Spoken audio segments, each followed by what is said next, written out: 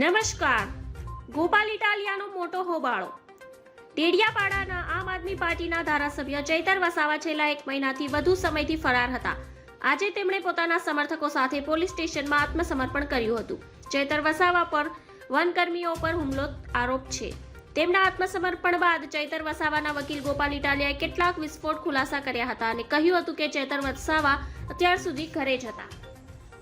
ગોપાલ ઇટાલિયાએ જણાવ્યું કે વિધાનસભાની ચૂંટણીમાં ડેડિયાપાડાની જનતાએ 1 લાખ સુધી વધુ મત આપીને ચૈતર વસાવાની તાકાત બતાવી દીધી છે. આજે ચૈતર વસાવાની કોઈ શક્તિ પ્રદર્શનની જરૂર નથી. તેઓ લોકનેતા છે.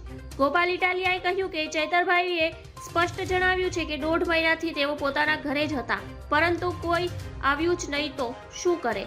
જોકે બાદમાં તેમણે કહ્યું કે પોલીસવાળા આવતા હશે, ગયા હશે, ક્યારેક ગયા, ક્યાં ગયા મને ખબર નથી, પરંતુ તેમનું સ્પષ્ટ કહેવું છે કે એટલા દિવસોથી તેઓ ઘરે જ હતા અને ઘરની અંદર રહીને તો પોતાનું કામ કરતા હતા. સરખી રીતે ચેક કરીએ તો ન કર્યું હોય તો એમાં કોઈ શું કરે. ધન્યવાદ. જય હિન્દ.